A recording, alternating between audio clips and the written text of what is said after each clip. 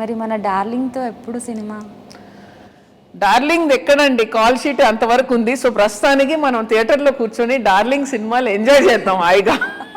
వెళ్ళి ఎండలో చెమట్లో next shot ఇది అది పెట్టుకోవడం కంటే హాయిగా ఏసీ థియేటర్లో కూర్చొని పాప్కార్న్ తింటూ పేపర్లు చింపేస్తూ అరిచేస్తూ జై ప్రభాస్ అని అరుస్తూ అది ఎంజాయ్ చేయడం బాగుంది, హాయిగా ఉంది. మన ఆదిపురుష్ టీజర్ రిలీజ్కు కూడా వెళ్ళాను, ఎంత ఎంజాయ్ చేశాను అసలు. అంటే మీరు మాలాగా గోల చేస్తారా? ఫుల్ గోలా. నేను యాక్చువల్గా స్వప్న ప్రియాంక నేను వెళ్ళి మా cinema second half RR check చేసుకున్నాను. సడన్గా ఆదిపురుష్ పక్కన పడేసి ఆదిపురుష్కి వెళ్దాం ప్లీజ్ స్వప్న అని నేను వెళ్ళిపోయాం. అసలు దారిలో వెళ్ళిపోయి అసలు చూసి పిచ్చి పూరకాలు అసలు అరిచేసి గోల చేసి it was, but that is cinema and that is being a fan and it was so amazing. ఒక ఫ్యాన్ డైరెక్టర్ అయ్యి సినిమా తీస్తే ఎలా ఉంటుంది అనేది మేము చూడాలనుకుంటున్నాం. తీశారు కదండి బాబీ గారు మొన్న చిరంజీవి గారి సినిమా, అలాగే ఉంటుంది. మీరు నేను ప్రస్తుతానికి ఎలాంటి జానర్ టచ్ చేస్తారు ప్రభాస్ గారితో? ప్రభాస్ గారితో నేను మొన్ననే కూర్చొని నేను డార్లింగ్ చూస్తున్నాను. ఎంత బాగా చేశారంటే, ఎంత క్యూట్గా చేశారు. చాలా సంవత్సరాలతో మళ్ళీ చూశాను నేను. ఎంత అసలు ముచ్చటేస్తారు ఆ చిన్న చిన్న క్యూట్ సీన్స్లో. అంతే యాక్షన్ చేస్తుంటే ఎంత ఇంపాక్ట్ ఉంటుందో ఆ క్యూట్ సీన్స్ కూడా అంత లవ్లీగా చేస్తారు. సో ఏదో ఒకటి అలాంటిది ఏదో ఒకటి చేయాలి, ఒక చిన్న లవ్ స్టోరీ పెట్టుకొని ఒక యాక్షన్ ఎలిమెంట్ పెట్టుకొని చేయాలి. బట్ ఈస్ బికమ్ వెరీ ఇంత స్టార్ అయిపోయారు ఇప్పుడు పెద్దగా. నెక్స్ట్ కే రాబోతుందండి, అసలు ప్రపంచాన్ని ఊపేసే సినిమా రాబోతుంది అసలు. Okay it's going to be amazing. So ఏం నచ్చింది ఆదిపురుష్లో ట్రైలర్ చూసినప్పుడు? లైక్ ద హోల్ ఇంపాక్ట్ అండి, the whole emotion of it. And 3Dలో చాలా చాలా బాగుండింది అసలు. మనకి యూట్యూబ్లో కానీ చూస్తే అసలు దాంట్లో 50% కూడా తెలియట్లా. అసలు అక్కడ చూస్తే దద్దరిల్లిపోయింది థియేటర్ అసలు. ఆయన అలా బాణం అలా ఎత్తితే అసలు కేక, అసలు అందరూ అరుపులు. రాముడుగా ఆయన ఎలా ఉన్నారు అసలు. అసలు అవును, సూపర్గా ఉన్నారు.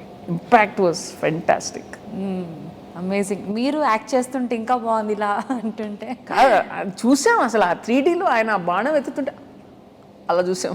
ఓకే, మూవీ రిలీజ్ డే ఎలా ఉండబోతుంది? ఒక్కళ్ళు వెళ్తారా లేదంటే ఫ్యాన్సా?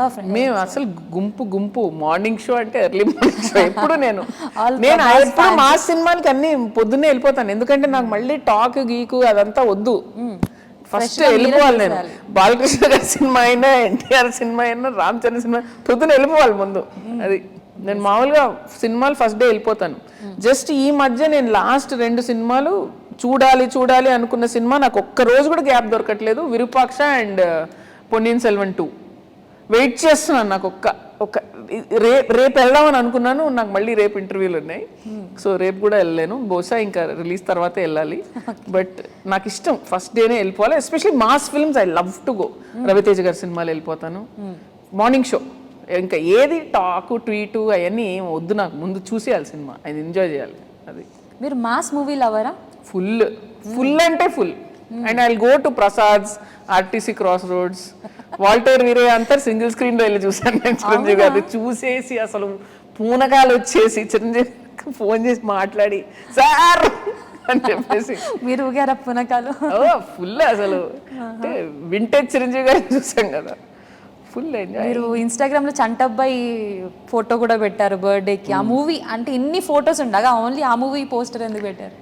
ఎందుకంటే మా సినిమాలు బోల్డ్ చేస్తూ చిరంజీవి గారు పీక్లో ఉన్నప్పుడు అలాంటి ఒక క్యూట్ క్యారెక్టర్ ఎంత అద్భుతంగా చేశారు అసలు. అది చిరంజీవి గారు నాకు.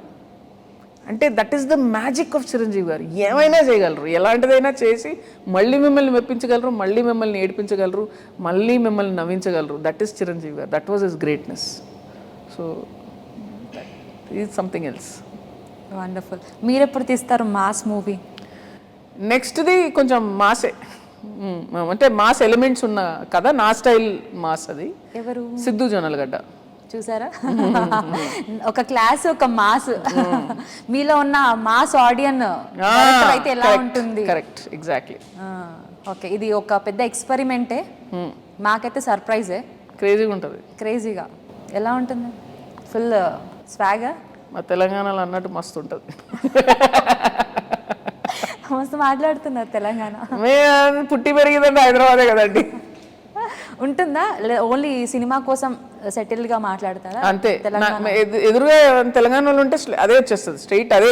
ఇంకా అసలు దోస్తులు ఉంటే తెలంగాణ. తెలంగాణ పర్టికులర్గా ఇప్పుడు ఇంటర్వ్యూలో ఇప్పుడు నేను పట్టి మాట్లాడుతున్నాను కానీ వద్దొద్దు మనకు తెలంగాణ. అంటే ఇప్పుడు నేను స్వప్న వాళ్ళందరితో మాట్లాడేటప్పుడు కూడా తెలంగాణ రే క్యారే బై ఎందుకు అట్లా చేస్తున్నట్ట. హైదరాబాద్ ఫుల్ తెలంగాణ హైదరాబాద్. సో మన మూవీకి వేసవి కాలం అని చెప్పేసి చిన్న లైన్, వేసవిలో చిన్న చల్లటి చిరుగాలి. మీకు వేసవి సమ్మర్ అంటే ఏంటి, ఏం ఎంజాయ్ చేసేవాళ్ళు? ముంజులు మామిడిపళ్ళు, ఫస్ట్ 2 ముంజులు మామిడిపళ్ళు, these are my first. Then sugar cane juice, then ఇంకేముంది మజ్జిగ పులుసులు, ఇలాంటివన్నీ. మామిడిపండు తింటున్నప్పుడు ఫోన్ వస్తే అసలు ఛాన్సే లేదు. ఏం ఫోన్ ఏం మాడుతున్నారు అసలు, ఫోన్కి మనకు సంబంధం లేదు. చేతి నిండా ఇలా మామిడిపండు ఉన్నప్పుడు అసలు చూసాను నేను.